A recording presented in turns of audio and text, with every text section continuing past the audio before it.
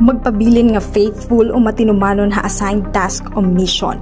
Ini ang naging sentro han humilian ni Most Reverend Bishop Crispin Verquez didahan misa nga iya pinangunahan para han Parish Auxiliaries and Diocesan Workers Christmas Fellowship kakulop Disyembre 10. Sumalakan Bishop Verquez, kung karuyag naton magpakabanalan, usang basaranan ang pagin faithful o matinumanon kita ha aton assigned task, mission o ministry. Iginladawan ni Bishop Verquez ang pagingbaraan ni Saint Faustina, naging santa hiya bisan kung usala hiyang porter o taga-abrihan portahan ng simbahan. Naging santa hiya diri darahan iya trabaho kundihan iya pagiging faithful o matinumanon ha iginhatag ha iyang misyon. Pahinumtum ni Bishop, bisan kung kanya-kanyan ministries, gintatawag han ginuan nga tanan nga maging faithful kung diin man nga ministries naka-assign.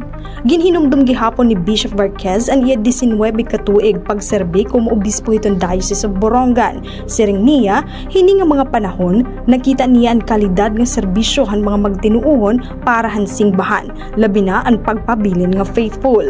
Bisan kung wala nakakakita hiton ira importansya nga gimbubuhat, nagpapabilin dagyapan pagiging matinumanon ha pagserbihan Dios ngan pagserbihan singbahan. And even the times na hindi kayo naintindihan ng iyong mga pamilya, hindi ka naintindihan ng iba-iba ng mga tao na sa inira, ano ba ipahin nila sa simbahan? Ano ba magkukuha ninyo diyan? Hindi naman kayo yung mayaman. Pero you remain faithful to the task given to you by God, to our local church, to your parish.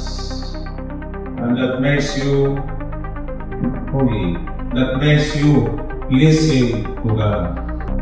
Katimahan misa, nagkaadin confession o pagkumpisal nga dinunganan gihapon in conversation in the spirit.